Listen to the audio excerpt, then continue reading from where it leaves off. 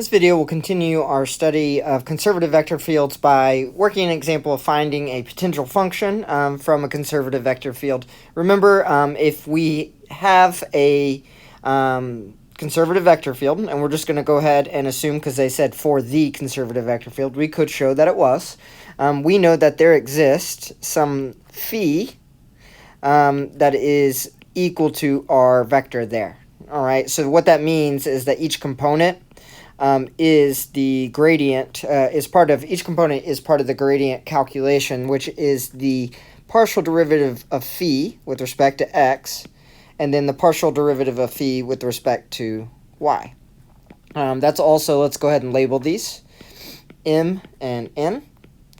So that means I can actually work backwards from this. So phi, if that's my definition, x, y, I can actually, if it's the derivative and I want to work backwards, I could just take the derivative of that function with respect to x, and that'll get me back. I know what that function is. It's m. That's in my vector field there, because that's the way, if it's a conservative vector field, remember, we take the gradient of some function, and that's what we're trying to find here.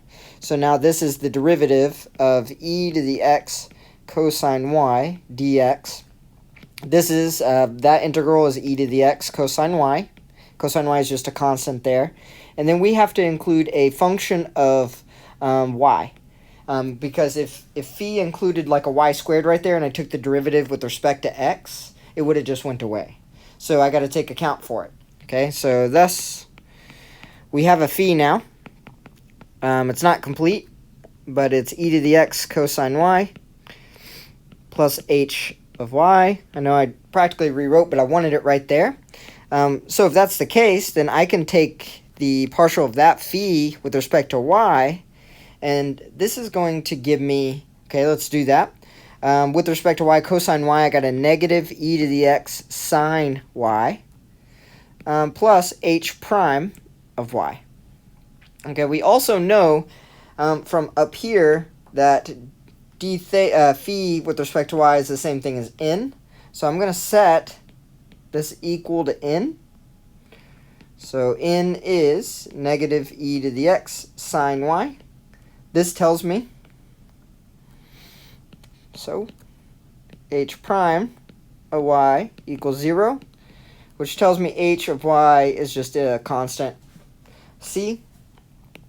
Thus we're done. We have the potential function.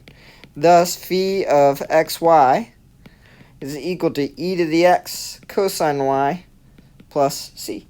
That's my potential function. I don't have a way to find my c. They didn't give me a value to work backwards to get to or anything like that. But there's a reminder. We're about to do this several times through the next method.